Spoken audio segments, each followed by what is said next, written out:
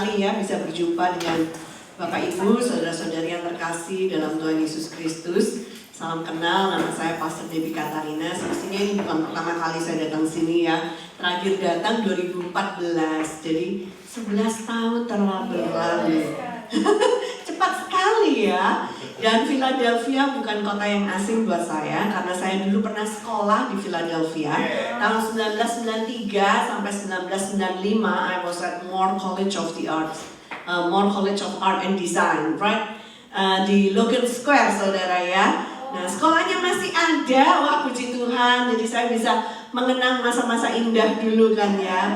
Tapi memang cuma 2 tahun aja. Setelah itu saya transfer ke Seattle karena tahun 94 saya jatuh cinta sama suami saya, Pastor Daniel Hendrata, yang sekarang sedang mengisi di tempat lain, saudara ya. Jadi karena itulah terus saya transfer ke Seattle supaya lebih dekat, karena dia kuliahnya di Vancouver di Kanada ya. Kalau Philadelphia, Vancouver terbang 6 jam. Terus telepon, aduh mahal banget zaman itu, masih MCI, saudara ya. Telepon bill saya dalam sebulan itu bisa $1.000. Ya ampun, habis-habisin duit beneran ya. Tapi setelah pindah ke Seattle lebih dekat kan ya, cuma 2,5 jam. Kalau dia naik mobil, kalau saya naik Greyhound bus, coba saudara ya. 2,5 jam udah bisa ketemu gitu ya. Jadi kata dia sih saya mengejar cinta, makanya saya pindah gitu saudara. But I really love this city ya, karena dengan architecture-nya, it's rich of culture gitu ya. Brick housesnya, I really love it. Oke saudara, pada sore hari ini saya akan membagikan satu tema khotbah yang berjudul terluka tapi tak berdarah. Wow. Apa itu? Wow. Amsyong berarti lukanya di dalam. Ya kan saudara, kalau kita jatuh, kalau kita kena geser apa gitu kan lecet gitu saudara ya, maka terluka gitu ya. Atau kalau kita lagi masak, kita sedang pakai pisau, kalau nggak sengaja kena ke jari tangan kita, maka akan berdarah netes-netes gitu kan saudara ya. Tapi sore hari ini saya akan membahas lebih ke mental health saudara ya. Jadi kita sebagai manusia harus tahu bahwa kita itu terdiri dari 3 elemen. Apa aja itu? Roh, jiwa, dan tubuh ya, atau tubuh, jiwa, dan roh sama aja lah saudara ya. Nah, 3 elemen ini saling berkaitan dan 3 elemen ini sama-sama pentingnya. Kita sebagai orang Kristen ya tidak bisa cuma berfokus pada roh saja. Itu baik, memang kita harus kuat secara manusia roh.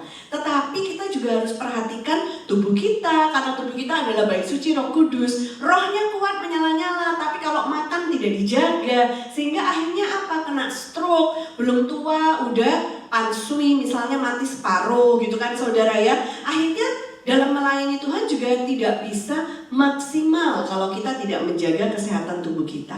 Nah, sore hari ini saya membagikan hal yang ketiga, yaitu jiwa kita juga harus kita perhatikan kesehatannya. Karena kalau kita tidak memperhatikan kesehatan jiwa kita, nanti kita akan jadi orang yang setengah-setengah gitu saudara ya. Nah, kita kan gak mau jadi orang yang setengah-setengah gitu saudara ya. Kita mau jadi manusia yang seutuhnya. Katakan seutuhnya. Jadi keseimbangan di antara 3 hal ini perlu kita perhatikan, yaitu keseimbangan roh, jiwa, dan tubuh ya. Kita akan buka saudara ya firman Tuhan. Untuk yang pertama dulu, perhatikan kesehatan jiwamu. Lihat kanan kirinya bilang perhatikan kesehatan jiwamu. Perhatikan kesehatan jiwamu. 3 Yohanes pasal yang pertama ayat yang kedua berkata demikian. Saudaraku yang kekasih, aku berdoa semoga engkau baik-baik dan sehat-sehat saja dalam segala sesuatu, sama seperti jiwamu baik-baik saja. Wah, ini Rasul Yohanes sudah mulai nangkep saudara ya, udah mulai ngerti. Kalau kita ingin keadaan hidup kita itu baik-baik dan sehat-sehat saja, maka kita perlu memperhatikan keadaan jiwa kita. Ternyata jangan-jangan selama ini kuncinya ada di jiwa kita yang sering terlewatkan. Roh itu kan penurut kata firman Tuhan, tetapi daging ini lemah. Seringkali saudara tahu nggak, antara roh dan tubuh itu terjadi tarik-tarikan. gereja, tubuhnya enggak storm, aku mau tidur aja, nanti hujan, angin gitu kan. Ayo ke gereja, ayo menyembah Tuhan. Enggak, capek, ya kan saudara? Aku tadi juga capek loh tidur siang saudara, kan udah ngisi 2 kali ya. Pas bangun dibangunin suamiku, ayo udah jam 5, nanti setengah 6 ibadahnya. Mataku merah saudara ya. Seperti itu. Memang roh itu kuat, tetapi tubuh ini lemah. Jadi saudara tahu anak terjadi tarik-tarikan. Yang ditarik itu apa? Jiwanya di tengahnya. Kejepit saudara. Seringkali jiwa kita itu merintih, berteriak, menangis di dalam diri kita karena terjadi tarik-tarikan yang tidak kelihatan oleh kasat mata. Ya kan? Atau saudara, kalau ada orang yang ngomong apa gitu, orang yang gak cerdas emosi akan mikirin komentar orang. Hah? Saudara main sosial media nggak? Wah, hati-hati kalau main sosial media ya kan? Karena nggak semua orang itu suka sama kita gitu kan saudara.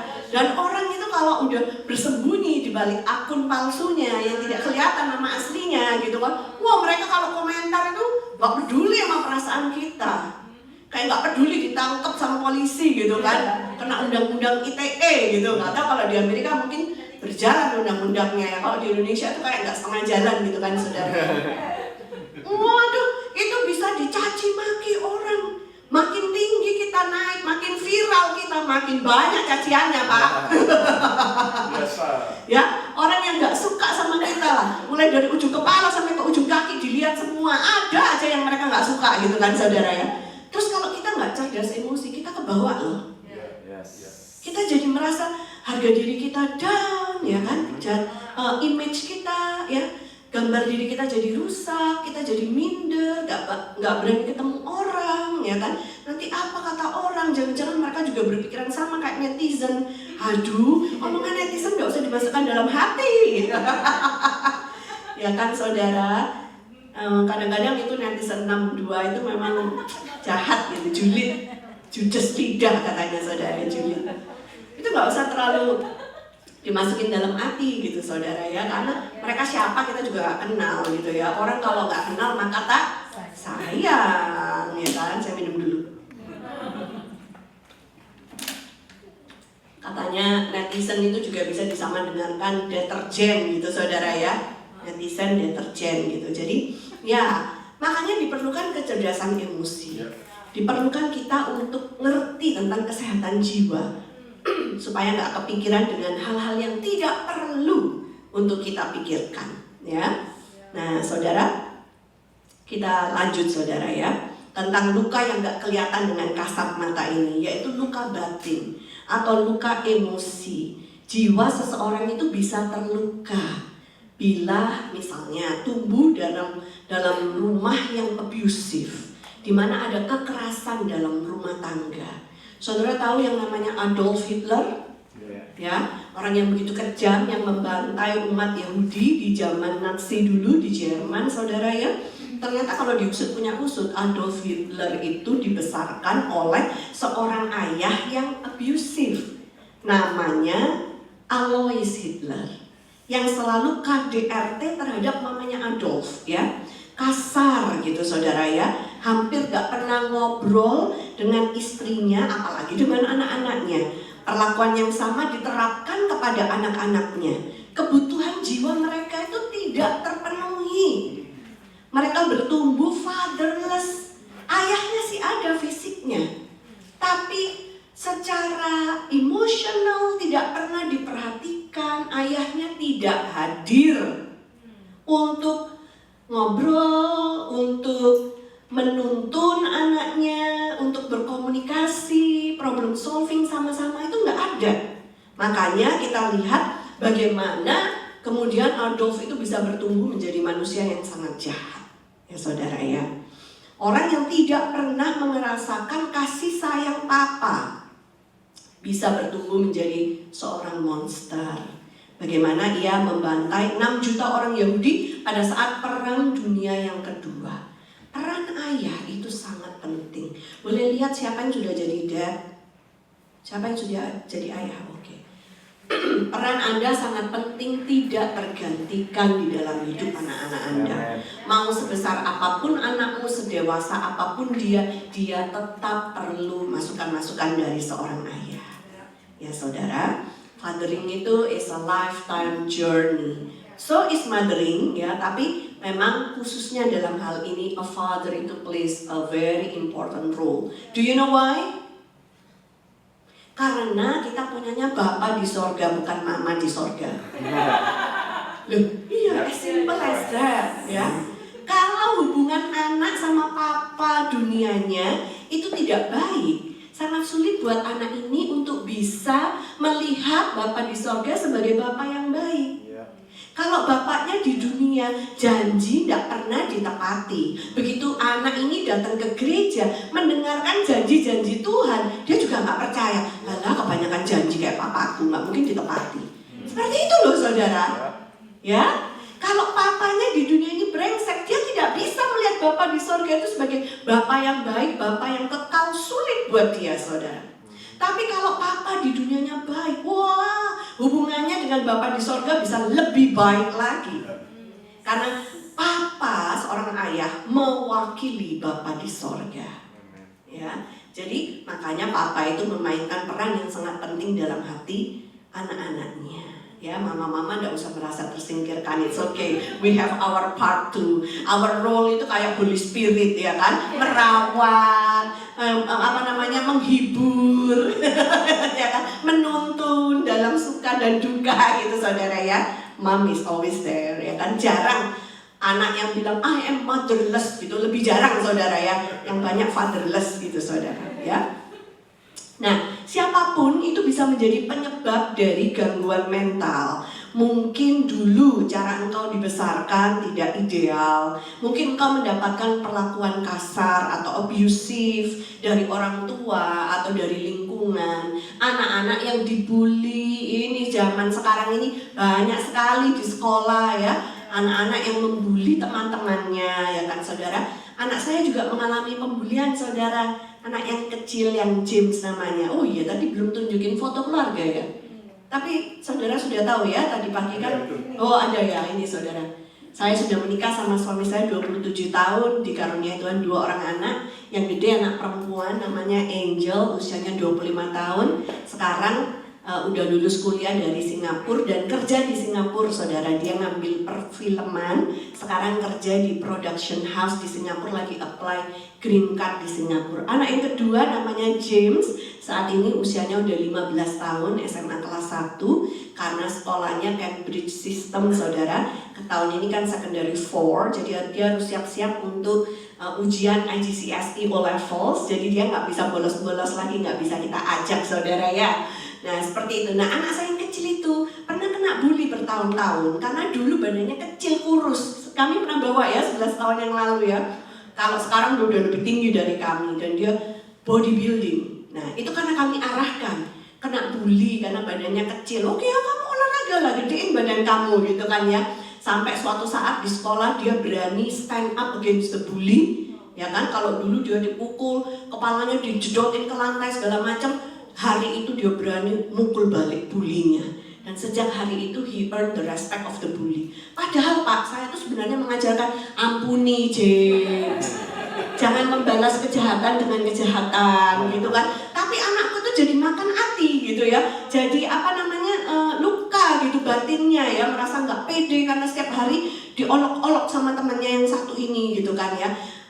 Terus suami saya bilang, nggak bisa kalau anak laki dibilang kayak gitu. Biarlah dia belajar menjadi seorang laki-laki. Jadi harus gimana? He needs to stand up against the bully. He needs to mempertahankan kelaki-lakiannya gitu, harga dirinya gitu. Oh gitu ya? Oh nggak cocok sama ajaran firman Tuhan. Kamu tuh nggak ngerti soalnya kamu perempuan gitu. Ya udah gitu kan. Akhirnya dia nge-gym, dia macam-macam saudara ya, dia belajar boxing dan lain sebagainya. Akhirnya waktu dia berhasil stand up against the bully, sampai hari ini bulinya tidak berani sama James. Karena memang sekarang badannya udah keker gitu saudara ya. Dia tidak mau lagi dipandang remeh orang gitu. Tapi bukan cuman fisiknya aja yang harus digedein ya, kita juga harus mengiringi perkembangan mentalnya. Jadi saya memastikan dia tidak merasa trauma dengan proses pembulian itu. Yang terakhir malah dia bisa timbul belas kasihan terhadap bulinya, karena dia merasa kok dipikir-pikir ya Mami, kasihan juga anak itu. Gitu. Kita nggak tahu sebabnya kenapa dia itu kayak gitu. Saya juga yang mengajarkan saudara ya. Mungkin aja karena benar yang Mami ngomong, dia itu mungkin kurang diperhatikan sama papanya. Karena kalau ada urusan apa di sekolah, papanya nggak pernah datang saudara. Mamanya terus, mau Natal lah, mau pesta apa ya di sekolah kan selalu ada perayaan gitu. Papanya tuh nggak pernah datang, selalu mamanya doang. Sedangkan anak saya James ini pagi ke sekolah diantar sama suami saya, pulang dijemput sama suami saya. James, you are so blessed, you know. Nggak ada anak-anak orang lain itu yang diantar pulang jemput sama dedinya terus gitu kan ya. Karena mungkin dedi dia sibuk kerja gimana, jadi nggak bisa ditinggal pekerjaannya. Nah dari situ James belajar untuk berbelas kasihan. Iya ya, kasihan dia itu karena dia nggak punya apa yang aku punya, gitu saudara ya. Jadi kita perlu barengin anak-anak kita, bukan cuma pertumbuhan fisiknya. Kalau dikasih makan mereka pasti gede badannya, tapi bagaimana dengan mental mereka? Apakah kita ada di sana waktu mereka mengalami hal-hal yang sulit buat mereka? Sulit buat mereka itu as simple as best friendnya mau pindah ke Malaysia, nangis semalaman itu anak saya yang gede saudara. Kamu tuh ngapain? Ya kan aku kehilangan best friend. Nanti kan bisa telepon-teleponan, kan bisa tulis, tapi kan gak sama Mami. Bagaimana kalau aku gak pernah punya sahabat lagi? Nah, hal yang kayak gitu mungkin buat kita hal lebay gitu, tapi buat mereka it's their world. Jadi kita harus mau tahu tentang kehidupan anak-anak kita itu, apa yang matters buat mereka harus matters juga buat kita. Amin. Ya, karena kalau enggak kita nggak bisa ngiringin mereka perkembangannya.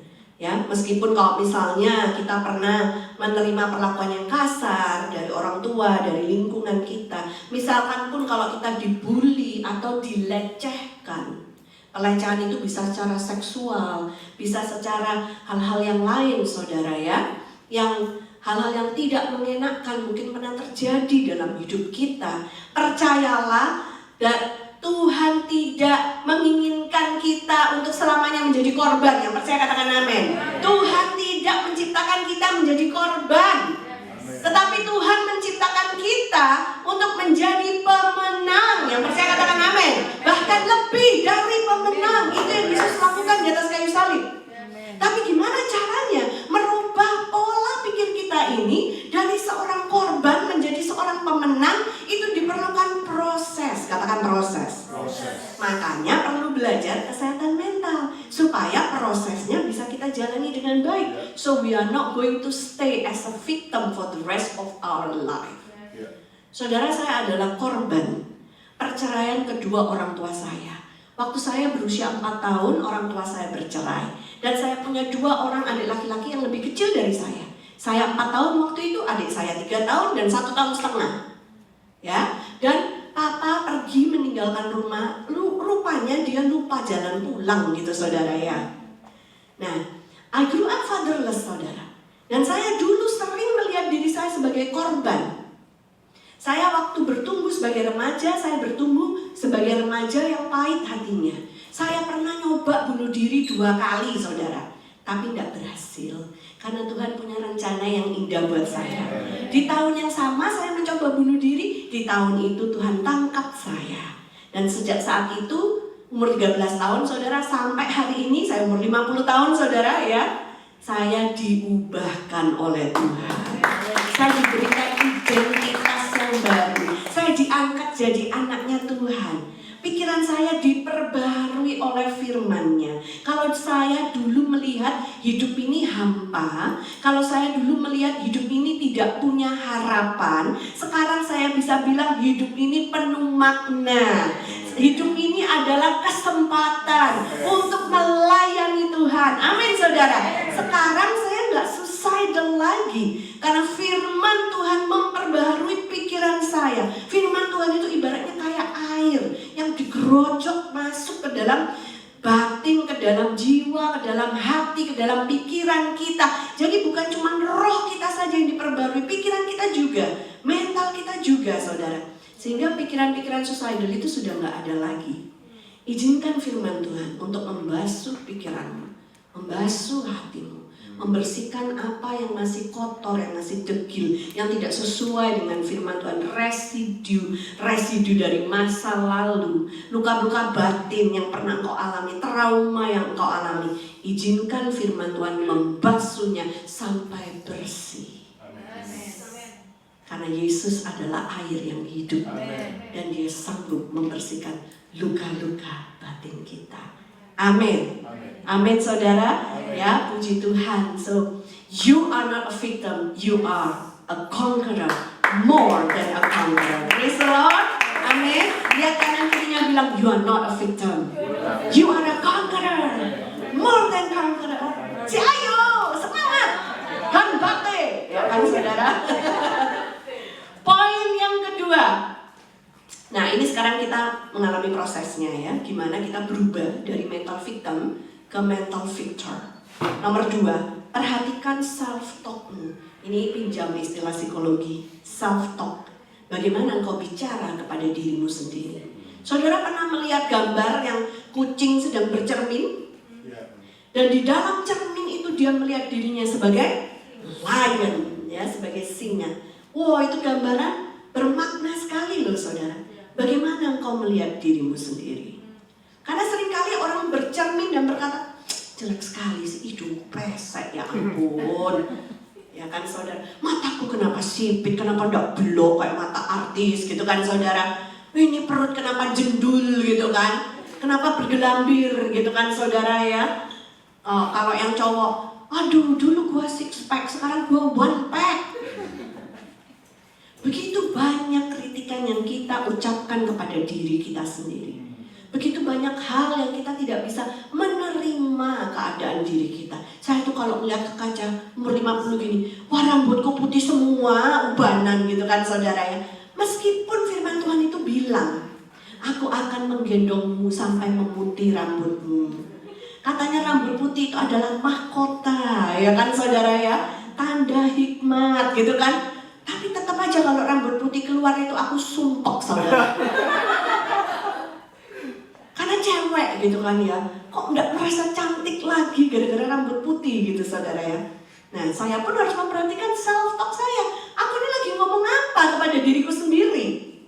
Karena itu akan mempengaruhi cara pandang kita atas dunia ini. Ya kan? Ini sampai harus setiap minggu semir saudara. Terus sebelum ibadah harus ditusir dulu saudara ya. Kayak semacam bedak itu yang bisa bedakin rambut. Jadi tahu rahasia saya, nggak apa-apa lah ya, transparan. Perhatikan self-talkmu. Saudara, luka batin itu bisa membuat seseorang lumpuh. Kehidupan seseorang itu bisa paralyzed. Dia nggak bisa melakukan hal-hal yang luar biasa seperti yang Tuhan inginkan. Karena dia masih membawa luka-luka batin dalam dirinya. Perhatikan self-talkmu. Ya, karena kalau enggak, kamu akan unable to move forward, tidak bisa maju, terpenjara dalam pikiranmu sendiri, ya kan? Aku pengen maju tapi susah loh. Itu lihat semua orang bilang cari uang zaman sekarang itu susah. Loh siapa bilang dari zaman dulu nenek moyang kita bilang cari uang memang susah. Bukan sekarang saja, ya kan? Malah kalau mau diteliti lagi, anak-anak muda zaman sekarang itu loh, yang nggak pernah pergi ngantor, kerjanya dari rumah, WFH, duitnya banyak. Karena apa? Karena mereka mengerti teknologi. Jadi artinya sebenarnya cari uang itu nggak susah. Cuma kita aja nggak ngerti caranya. But if you keep on talking, cari uang susah, ya susah beneran. But if you change yourself, change the way you talk, cari uang susah, oh aku harus menemukan caranya. Belajar upgrade skill, belajar, ambil kelas. Nah itu akan menemukan jalan untuk gimana supaya cari uang mudah seperti anak-anak muda itu, loh kan saudara. Ya, jadi perhatikan self-talkmu. Karena Yesus sanggup menolong kita. Yang percaya katakan amin. Asal jangan dijegal sama omongan kita sendiri. Kadang-kadang kita ke gereja gini dengan Yesus sanggup menolong kita, katakan amin. Jemaat berkata amin gitu. Tapi nanti sampai rumah, masa iya Yesus bisa menolong aku? Ya kan? Sudah kayak gini statusku, apa ya bisa? Lah, kadang-kadang kita itu menjegal kuasa Tuhan sendiri dengan omongan kita. Omongan yang kayak gitu itu adalah keraguan-raguan kan, doubts. And you know the Bible says orang yang bimbang hatinya, yang ragu-ragu, dia tidak akan mendapatkan apa yang dia doakan. Ya saudara, berhati-hati dengan our self-talk. Perhatikan, aku ini ngomong apa? Saudara, setelah Yesus mati, itu mental health murid-muridnya terpukul sekali. Karena tidak sesuai dengan ekspektasi mereka. Sampai mereka kocar-kacir, mereka kembali untuk menangkap ikan lagi ya. Kita baca kan itu dalam firman Tuhan ya. Mereka tidak mau lanjut pelayanannya. Takut, kecewa, cemas akan masa depan. Tapi Yesus meneguhkan panggilan mereka satu persatu. Yesus menampakkan diri kepada murid-muridnya selama 40 hari itu untuk meneguhkan mereka. Ya saudara, dan Yesus menjelaskan kembali firman Tuhan kepada mereka bahwa apa? Bahwa mereka semua kejadian yang terjadi ini memang harus terjadi. Semuanya sudah dicatat di dalam Alkitab, di dalam firman Tuhan. Cuma mereka belum ngeh gitu saudara ya. Sampai telinga mereka tuh mendengar dan hati mereka percaya. Bagaimana iman dapat bertumbuh? Dari mendengar apa? Firman Tuhan. Ya, sama, firman Tuhanlah yang harus kita ucapkan dalam diri kita sehari-hari. Anda datang ke gereja hari Minggu mendengarkan firman Tuhan kayak disirami air gitu kan, seger. Pulang sampai rumah tetap lagi omongannya balik gitu lagi. Anda bisa lah, gimana caranya? Gak mungkin aku berhasil di Philadelphia ini. Aku yakinkan kamu gak akan berhasil. Karena omonganmu seperti itu.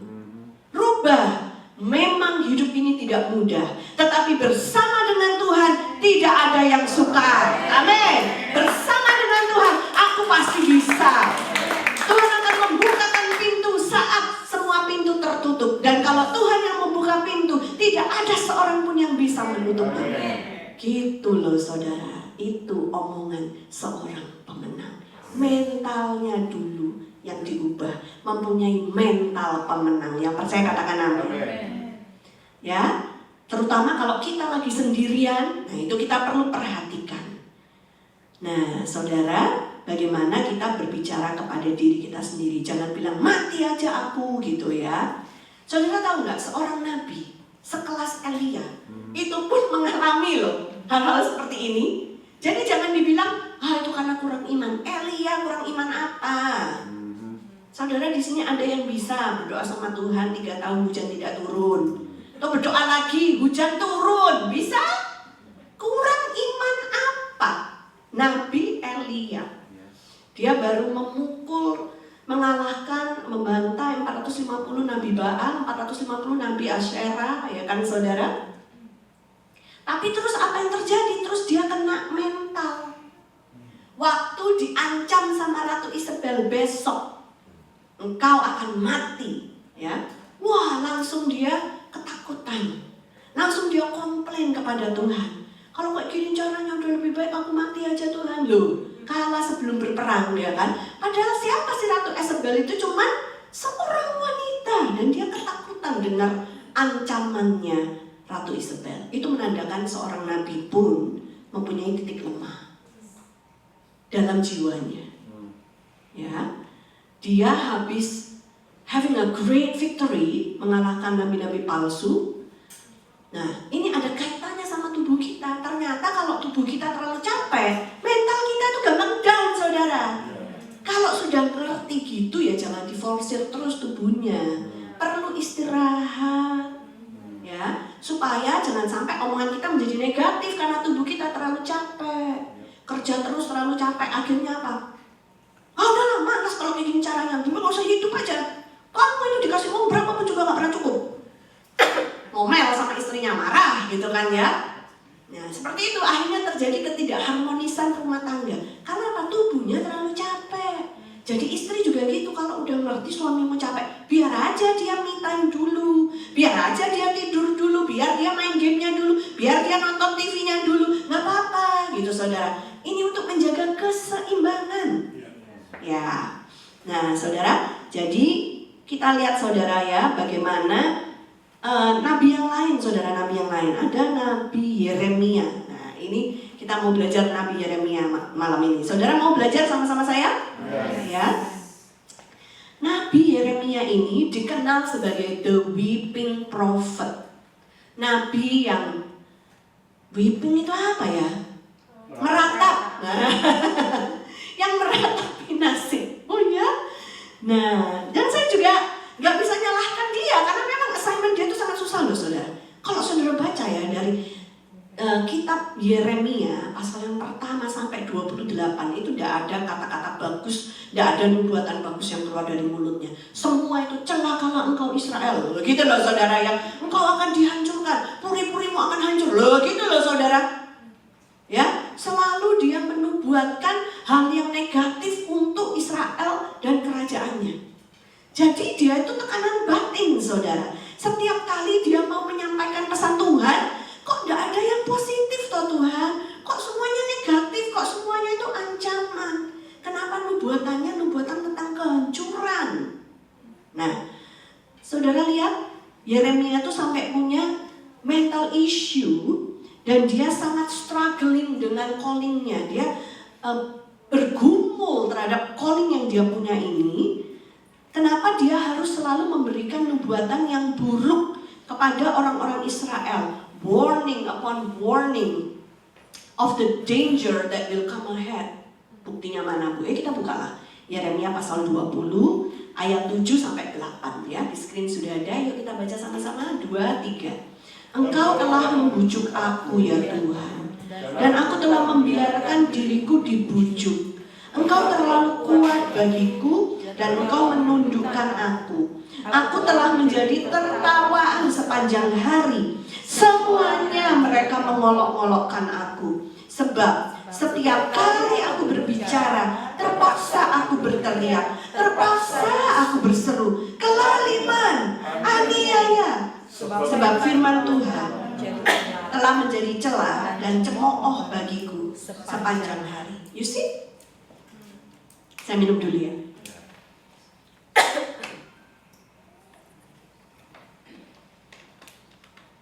Tekanan batin Yeremia, ya, karena dia selalu harus menyampaikan pesan Tuhan yang nggak mudah untuk disampaikan. Sampai teman-temannya tuh nertawain dia, ngolong-ngolong, alah Yeremia, paling juga apa sih kehancuran yang dia omongin negatif memang orang itu, udahlah nggak usah didengar, nabi palsu itu, ya, nggak mudah untuk menjalankan assignment dia. Dia sampai complain to the Lord, ya, dia mengeluh kepada Tuhan dan dia berusaha untuk nggak ngomong, dia berusaha untuk menutup mulutnya, tapi itu pun membuat dia lebih menderita. Mana buktinya Bu? Ayo kita buka Yeremia pasal 20 ayat 9 ya. Kita baca sama-sama 2, 3. Tetapi apabila aku berpikir aku tidak mau mengingat dia dan tidak mau mengucapkan firman lagi demi namanya, maka dalam hatiku ada sesuatu seperti api yang menyala-nyala, terkurung dalam tulangku. Aku berlelah-lelah untuk menahannya, tetapi aku tidak sanggup. Sampai Yeremia itu, weslah nggak usah ngomong lagi lah, nggak usah ngomong dah. Kalau dia terima pesan dari Tuhan, dia udah kusimpan sendiri aja lah di dalam hatiku. Tapi kalau dia nggak ngomong, panas hatinya saudara, panas sampai ke tulang-tulangnya saudara, sampai dia nggak sanggup untuk tahan, tetap harus ngomong. Mudah jadi Yeremia, mudah. Saudara kadang-kadang ya pergumulan seorang hamba Tuhan itu cuma anak ngerti saudara. Ya, jadi please jangan mudah-mudah untuk judge hamba Tuhan. Jangan mudah-mudah untuk judge Pastor Lukas dan keluarganya, because you don't know the struggle that they have. Ya saudara ya. Jadi kita harus belajar untuk memahami panggilan untuk melayani Tuhan bukanlah suatu hal yang mudah.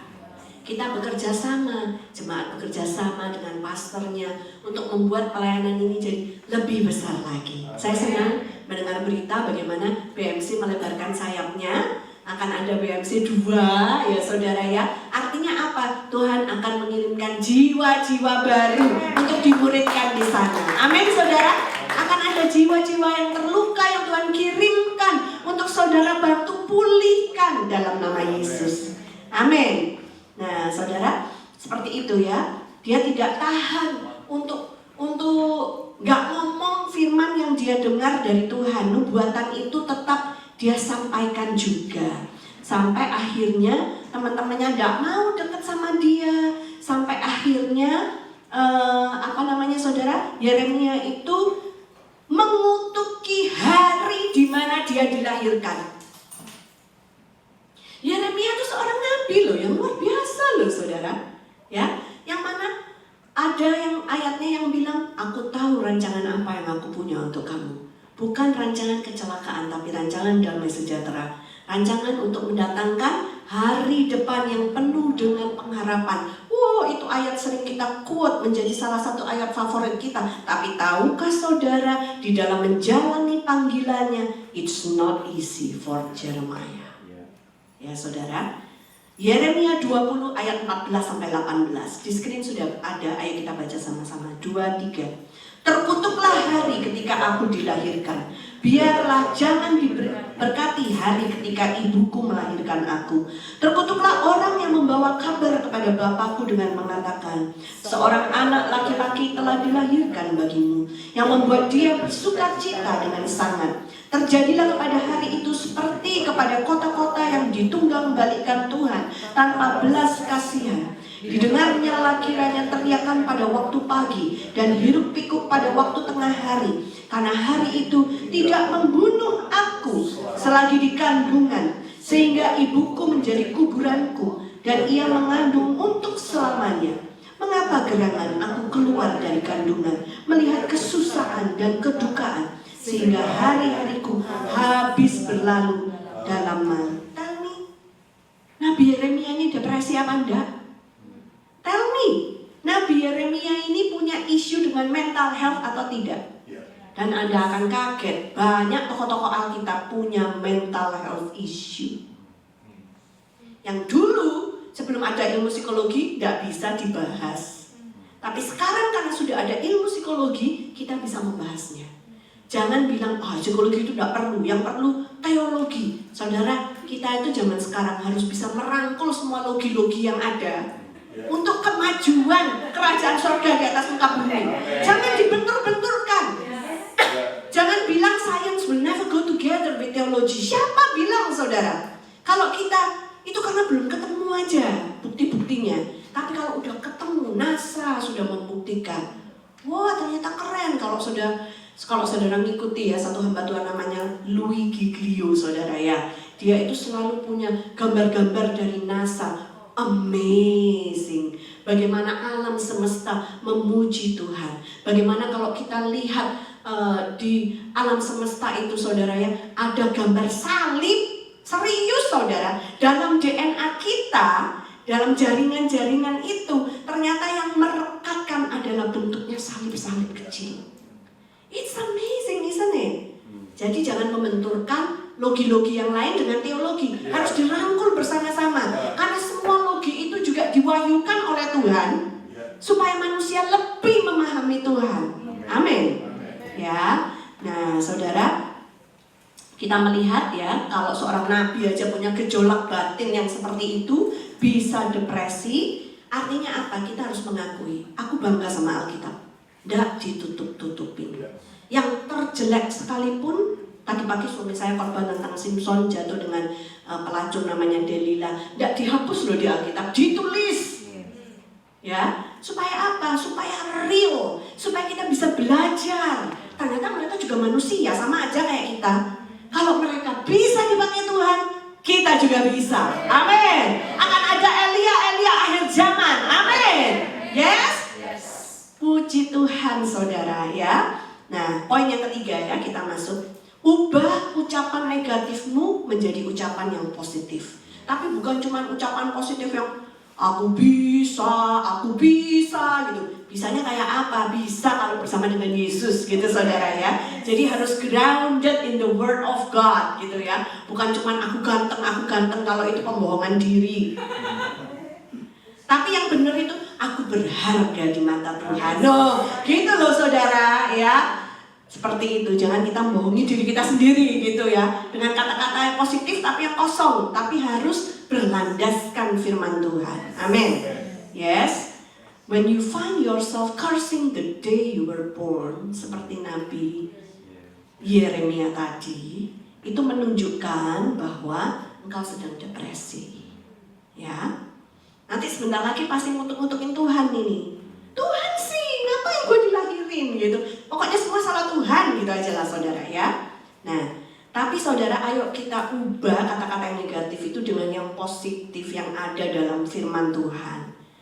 Amin saudara? Amin. Ada satu terapi namanya terapi kelahiran. Kalau saudara ada sempat ya masuk dalam tahap depresi atau tanda-tanda depresi, kita harus terapi kelahiran. Seperti apa Bu? Mensyukuri hari di mana kita dilahirkan.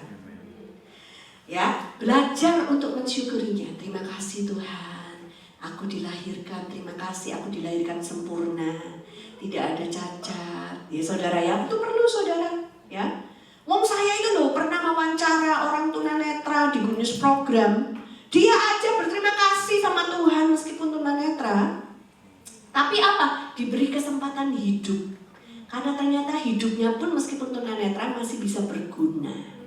Ya, orang yang tunanetra tapi bisa menikah sama orang yang sesama tunanetra. Nah, waktu diwawancara itu dia cerita saudara, kalau dia itu dulu punya 7 pacar lain. Yang normal matanya. Wow, hebat. Ya kan? Wong yang normal aja 1 aja enggak dapat gitu ya. Dia bisa 7 kali pacaran gitu saudara. Yang terakhir ke-8 akhirnya menikah. Itu punya anak sehat bugar. Maksudnya tidak ada kekurangan. Padahal suami istri tunanetra.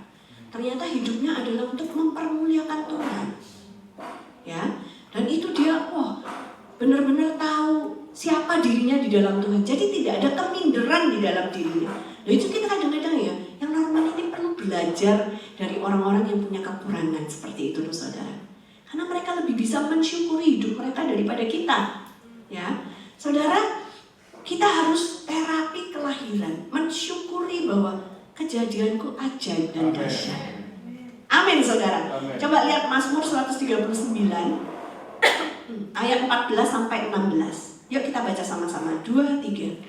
Aku bersyukur kepadamu oleh karena kejadianku dahsyat dan ajaib. Ajaib apa yang kau buat dan jiwaku benar-benar menyadarinya. Tulang-tulangku tidak terlindung bagimu ketika aku dijadikan di tempat yang tersembunyi dan aku direkam di bagian-bagian bumi yang paling bawah. Matamu melihat selagi aku bakal anak, dan dalam kitabmu semuanya tertulis hari-hari yang akan dibentuk sebelum ada satu pun daripadanya. Yang percaya katakan amin. Di sini kita bisa melihat Tuhan itu punya rencana buat hidup kita. Sebelum ada satu hari pun yang kita jalani dalam kehidupan kita, Tuhan sudah tulis kita di bukunya, saudara. Amin. Ibrani 11 itu belum ending. Ibrani 11 itu Hall of Fame, nama-nama orang-orang yang beriman itu ya. Saya percaya di surga itu masih tetap ditulis.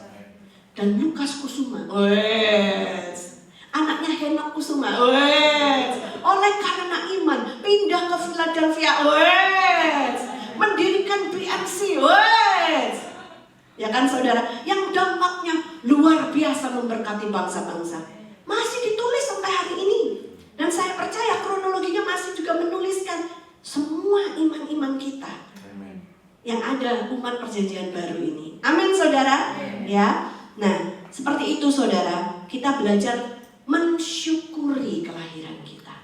Bu, tapi aku ini ya Bu ya, nggak tahu papaku siapa. Kadang ada yang gitu ya. Ada yang papanya nggak tanggung jawab. Jadi ada yang korban perceraian mamanya misalnya gitu saudara ya. Ada yang dibuang di panti asuhan gitu saudara ya. Gimana aku bisa mensyukuri kelahiranku? Loh ya, yang fakta yang tidak bisa dirubah. Tidak usah terlalu kita pegang erat-erat. Tetapi fakta bahwa mamamu tidak menggugurkan engkau, itu adalah sesuatu yang patut diacungi jempol.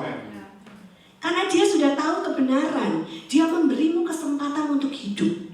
Supaya dalam hidupmu ini engkau bisa mengenal Tuhan. Supaya dalam hidupmu ini engkau bisa merasakan berkat berkat Tuhan yang luar biasa. Kau bisa melihat matahari terbit, matahari terbenam, lukisan Tuhan yang luar biasa. Supaya kau bisa menjalani hari-hari hidupmu itu, bisa merasakan apa itu kebahagiaan. Amin saudara. Ya, kalau kita bisa terapi kelahiran, cara berpikir kita tentang hidup ini akan jauh berubah. Jangan pernah mengutuki hari di mana engkau lahir. Amin saudara. Ya.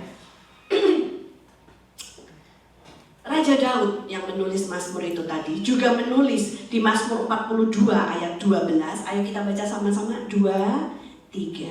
Mengapa engkau tertekan, hai jiwaku? Dan mengapa engkau gelisah di dalam diriku? Berharaplah kepada Allah, sebab aku bersyukur lagi kepadanya, penolongku dan Allahku. Amin. Kadang-kadang gelora jiwa kita yang berontak, yang gak terima diperlakukan orang secara tidak adil. Ya, jiwa kita kadang-kadang gelisah di dalam diri kita. Nah, kita perlu ngomong sama diri kita sendiri. Tenanglah, hai jiwaku. Ada Tuhan yang menyertai. Amin. Yes. Mazmur 116 ayat 7 sampai 8. Yuk kita baca sama-sama. 2, 3. Kembalilah tenang, hai jiwaku, sebab Tuhan telah berbuat baik kepadamu. Ya, engkau telah meluputkan aku daripada maut, dan mataku daripada air mata, dan kakiku daripada tersandung. Amin. Layani jiwamu. Kadang kita tuh mikir mau melayani jiwa orang. Loh, sebelum melayani jiwa orang, layani dulu jiwamu yang gelisah di dalam dirimu itu loh. Dengan cara menenangkannya. Tenanglah hai jiwaku, ada Tuhan yang berperang ganti kita. Tuhan menyertai kita. Kemenangan ada di pihak kita. Katakan dengan mulutmu, ucapkan, proklamasikan firman Tuhan, supaya telingamu mendengar dan hatimu dapat bertumbuh iman. Yang percaya katakan amin. Mazmur 131 ayat 2. Sesungguhnya aku telah menenangkan dan mendiamkan jiwaku, seperti anak yang disapi berbaring dekat ibunya. Ya, seperti anak yang disapi jiwaku dalam diriku. Amin saudara. Kita menenangkan jiwa kita. Seperti anak yang disapi di samping ibunya, itu kan dilus-lus sama ibunya. Ya, tidak ditinggalkan. Ada banyak hal sebenarnya saudara ya. Ada yang namanya inner child. Saudara tahu kalau kita pernah terluka waktu kita kecil, misalnya melihat kedua orang tua kita bertengkar, tapi kita tidak berani untuk ngomong, tidak bisa komentar. Nah itu tuh kita bawa sampai kita gede saudara. Itu menjelaskan kenapa pada saat-saat tertentu kita menjadi freeze. Kita tidak berani bergerak, kita cemas, kita ketakutan. Karena ada hubungannya sama masa lalu kita, sama masa kecil kita, sama trauma kita. Kasihan inner child yang masih terbelenggu seperti itu. Perlu ditolong untuk dibebaskan. Ya saudara, saya dengar Pastor Junanto Simanjuntak nanti mau datang ke sini ya Pak ya, ke Philadelphia. Nah itu saudara ya, saya sudah belajar juga di lembaga dia 5 tahun terakhir ini, belajar tentang kesehatan mental saudara ya. Nanti saudara kalau ada yang ingin tahu lebih dalam, boleh tanya sama saya, atau tanya sama Pak Julianto, atau tanya sama Pak Lukas ya, supaya bisa ditolong lebih lanjut. Oke saudara, belajar untuk mengucapkan hal-hal yang membesarkan iman percayamu dengan mengakui kebesaran Tuhan. Kalau kemarin aku ditolong Tuhan, hari ini juga pasti ditolong oleh Tuhan. Kalau Tuhan menolong BMC 1 ini sampai bisa berdiri dengan megah, Tuhan pasti tolong BMC 2 berdiri dengan megah. Lunas, tidak ada hutang. Yang percaya katakan amin. Untuk kemuliaan nama Tuhan. Ingatkan dirimu tentang kebesaran Tuhan yang sudah pernah Tuhan lakukan dalam hidupmu beberapa saat yang lalu. Amin saudara. Belajarlah untuk merayakan hidup yang sulit.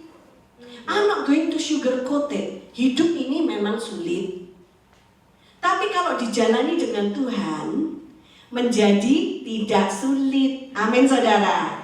Ya, Tuhan yang akan membukakan jalan bagi kita saat tiada jalan. Jangan menunggu kesulitan selesai baru kita merayakannya. Belajarlah untuk merayakan kemenangan-kemenangan kecil di tengah masalah kita yang begitu besar. Ambil waktu, punyai alasan untuk merayakan, mengucap syukur kepada Tuhan. apapun yang sedang kamu hadapi. Kalau bangun pagi itu terima kasih dulu sama Tuhan. Hitung berkat-berkatmu.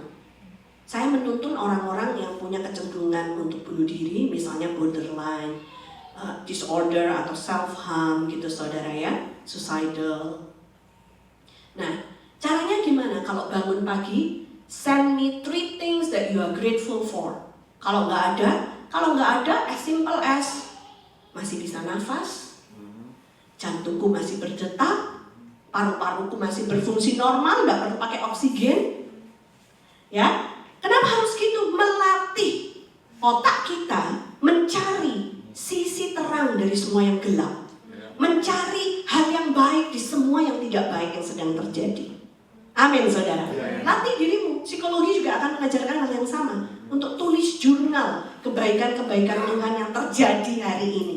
Sekecil apapun. Misalnya, tadi waktu berangkat gereja, tiba-tiba ada tempat kosong di parkiran. Wah, ini Tuhan yang menyediakan. Tulis, sesimpel tempat parkir. Aku sudah muter 2 kali 2 blok, tidak ada tempat parkir. Aku berdoa, lalu tiba-tiba ada yang kosong. Tulis. Karena itu melatih dirimu untuk melihat kebaikan di tengah semua keburukan yang terjadi. Amin. Dan coba latih itu. Yang sudah menikah angkat tangan. Latih itu terhadap suami atau istrimu. Aduh bu, semua yang terlihat adalah yang jelek. Latih dirimu untuk melihat yang baik. Tidak ada yang baik bu, ada. Coba dicari, digali lebih dalam. Ya kan? Saya nih kadang-kadang mendengarkan keluhan istri yang masih muda, bukan istri muda ya, usianya masih muda. Ya kan saudara? Suamiku itu tidak romantis cik gitu. Oh ya, gimana sih caranya punya suami yang romantis? Loh, kalaupun dia nggak romantis, ada nggak hal-hal baik yang lain yang dia punya? Apa cik? Lah dia kerja untuk memenuhi kebutuhan rumah tangga sehingga kamu bisa jadi dai-dai di rumah. Oh iya. Tapi kan itu kewajiban loh ya, harusnya tidak wajib. Kalau semua dianggap kewajiban, makanya kita nggak bisa bersyukur, benar kan saudara? Ya, ada kok. Suamimu itu loh setia, tidak punya selingkuhan. Iya ya. Kadang-kadang kabur nggak kelihatan. Karena kita nontonnya drama Korea, kita menuntut suami kita untuk romantis seperti drakor. Nah saya kasih tahu, itu cuma drama. Orang Korea itu aslinya nggak ada yang romantis kayak gitu. Orang Korea aja nggak nonton drakor karena mereka tahu itu palsu.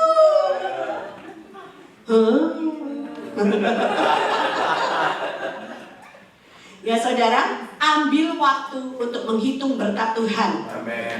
Aduh ini sulit, aku nggak akan bisa melewatinya. Choose to say, ini memang nggak mudah, tapi bersama Yesus kita sanggup melakukan perkara-perkara yang besar dalam hidup kita. Amin saudara. Khawatir masa depan anak, nggak cukup bayar uang sekolah.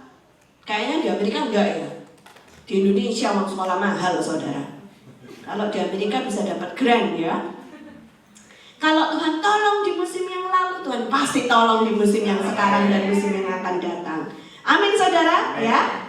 Nah saudara, number 4, and this is the last point, see the bigger picture.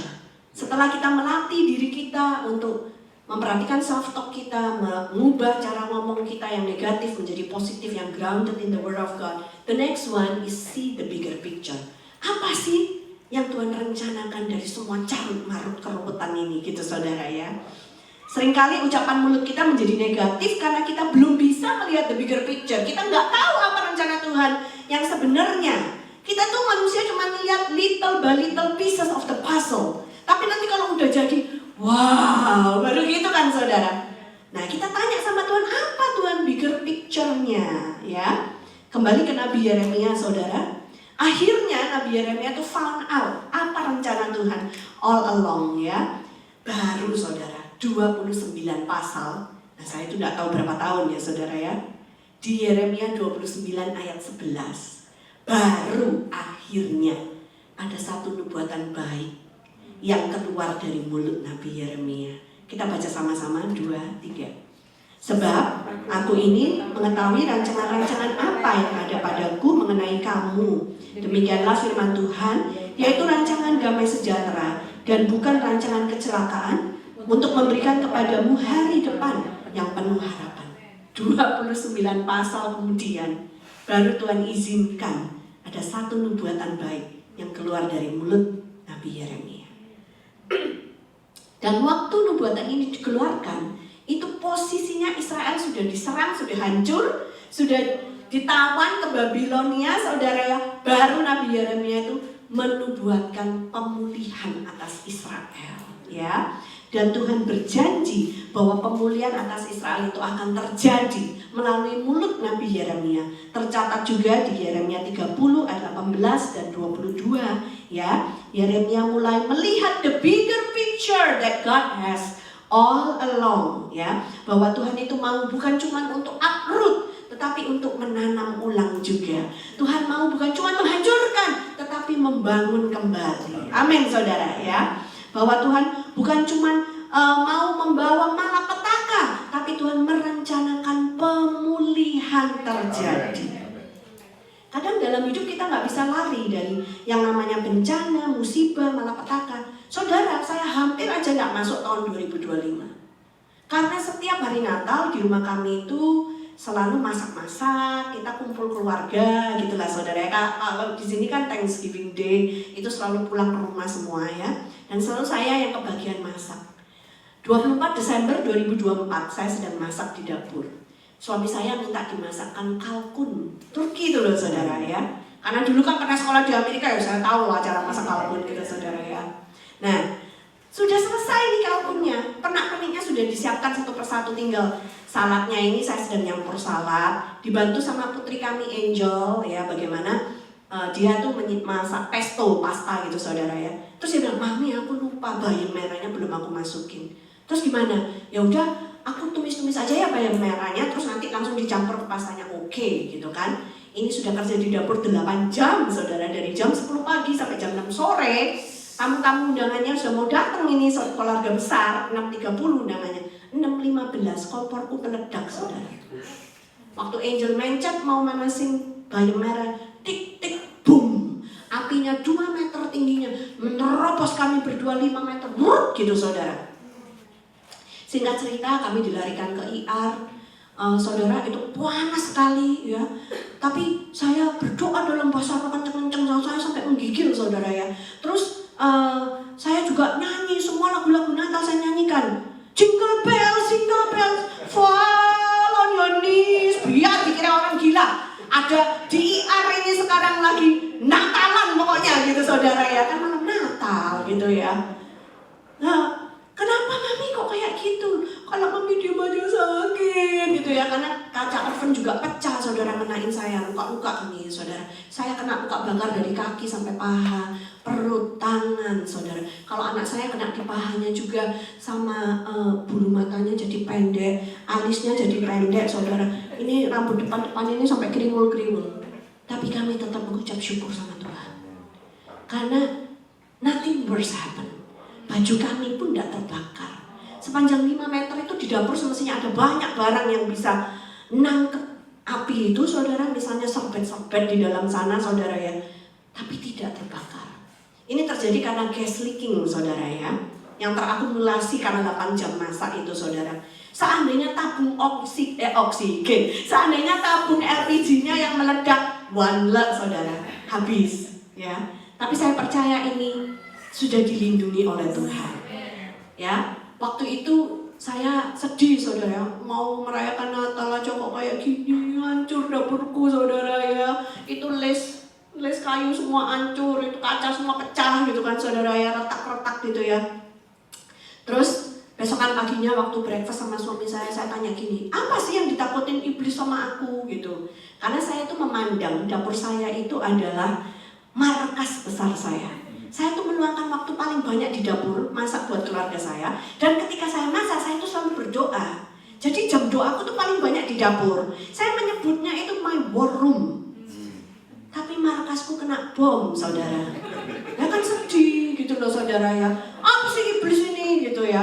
Apa yang ditakutkan sama iblis? Saya tanya sama suami saya. Suami saya bilang, kesaksianmu. Kalau kamu udah gak apa-apa, ayo pergi ke gereja. Anakku itu denger, ya. Jangan dipaksa, Dedi masih sakit gitu kan. Terus Dia bilang kalau kamu down, dia lebih down lagi. Karena dia merasa bersalah, dia yang mencet kompornya. Ya, tapi kalau kamu sudah bisa bangkit, dia akan lebih cepat bangkit lagi, gitu saudara ya. Oh ya udah, ayo nurut saya mandi, perihnya minta ampun ya.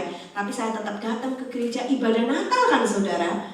Jemaat yang sudah dengar pagi itu kalau motor meledak, wah udah kalang kabut gitu ya, udah pada sedih semua gitu kan. Tapi begitu melihat saya datang, mereka senang sekali, recharge. Akhirnya kita bisa Natalan gitu saudara ya. Maunya udah batal aja gitu saudara ya. Nah, di situ saya bersaksi tentang kebaikan Tuhan.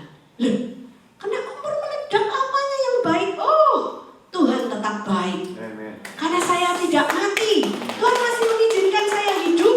Amin saudara. Saya membuat tekad sampai titik terakhir, aku tetap akan melayani Tuhan. Aku tetap menyembah Tuhan. Aku tetap cinta Tuhan. Kau bisa merusak tubuhku, kau tidak bisa merusak jiwa dan rohku. Amin saudara. So, kalau saudara mengalami sakit dalam tubuh, ya, atau mungkin juga sakit dalam jiwa, masuk dalam rohmu, manusia roh kita itu kuat saudara. Yang percaya katakan amin. Ya, dan rasa sakit yang iblis kasih itu tidak bisa menyentuh manusia roh kita. Ya, jadi meskipun terjadi kecelakaan, 2 bulan setelah itu saya sudah bisa lari di treadmill lagi, ya kan? Terus saya itu kalau waktu ngelihat luka di kaki saya, kapan tumbuh kulit baru gitu kan saudara ya. Sampai sekarang masih ada belangnya dikit coklat-coklat. Kadang minum kapan putih lagi gitu.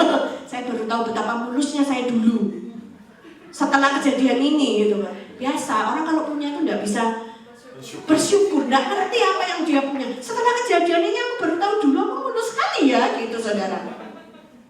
Ya kan saudara. Nah, tapi kita melatih diri kita untuk bersyukur. Saya melihat diri saya, namaku itu Debbie, kalau dipanjangin Deborah. Deborah itu ya dia seorang istri, dia seorang hakim, dia seorang jenderal, dia pergi berperang. Loh kalau orang pergi berperang ya masa menang terus, kadang-kadang kalah, wajar.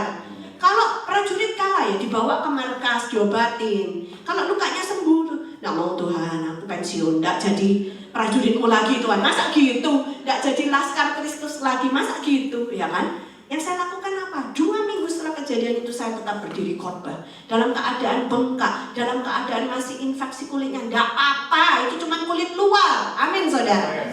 Ya, karena kita ini jenderal-jenderalnya Tuhan. Kalau sudah sembuh, balik lagi pergi berperang. Yang percaya katakan amin. Awas kau iblis, kau hancurkan markasmu, ku balas berlipat-lipat kali. Gitu loh saudara. Itu namanya mental pemenang. Lebih dari pemenang. Karena ada Yesus dalam diri kita. Bukan kita yang hebat, Yesus yang ada dalam diri kita itulah yang hebat, yang memberikan kekuatan yang unlimited, yang luar biasa di dalam kita. Yang percaya katakan amin. So, I'm asking you tonight, siapa mau menyerah terhadap hidup ini? Tidak ada? Oke, jangan menyerah ya. Tuhan belum selesai memproses dirimu. Hari-hari depanmu akan lebih baik daripada yang sekarang dan kemarin. Yang percaya katakan amin. Rancangan damai sejahtera hari depan yang penuh pengharapan itu akan menjadi bagianmu. Yang percaya katakan amin. Saya undang saudara bangkit berdiri. Oh ya, saya membawa 2 macam buku saudara dari Jakarta. Judulnya Love Revolution dan Bangkit Lagi. Saudara bisa dapatkan buku ini nanti ya. Buku ini tidak dijual, Anda boleh mendapatkannya dengan memberikan donasi. Karena dari hasilnya akan kita salurkan kepada anak-anak di Indonesia yang kami berikan beasiswa. Jadi untuk menopang pelayanan beasiswa kami saudara ya. Kalau Anda diberkati, Anda boleh berikan lebih. Kalau Anda tidak punya duit, tidak apa-apa, berapapun yang Anda bisa. Ya, kita berdoa. Terima kasih Tuhan Yesus buat firman-Mu yang sudah dibagikan di tempat ini Tuhan. Kami percaya firman-Mu tidak akan pernah kembali dengan sia-sia. Firman-Mu akan melakukan tepat seperti apa yang Tuhan inginkan. Tuhan, aku berdoa pemulihan terjadi buat jemaat-Mu di tempat ini dalam nama Yesus. Terutama untuk pemulihan mental mereka Tuhan. Supaya kami tidak mempunyai mental yang lemah. Kami tidak mempunyai mental yang melempem. Tapi kami akan bermental kuat, bermental baja, mental pemenang, bahkan lebih daripada pemenang di dalam nama Yesus. Terima kasih Tuhan. Kalau ada kuasa-kuasa dalam pikiran kami saat ini oleh otoritas yang Tuhan kasih kepada kami cabut dalam nama Yesus. Kami cabut sampai ke akar-akarnya, kami buang keluar dalam nama Yesus. Karena firman-Mu berkata Tuhan, hari depan yang penuh harapan itulah milik kami, dan kami menerimanya di dalam nama Yesus. Kuatkan kami Tuhan. Kalau ada di antara kami yang tangan mulai lemah, kaki mulai goyah, kuatkan kami Tuhan untuk terus berdiri dalam panggilan kami, untuk terus berlari-lari di dalam pertandingan iman kami sampai garis terakhir. We will finish it as a champion of God. Amen. Terima kasih Tuhan Yesus, di dalam nama Tuhan Yesus Kristus yang menerima pembaruan budi dan mental bersama saya katakan amin.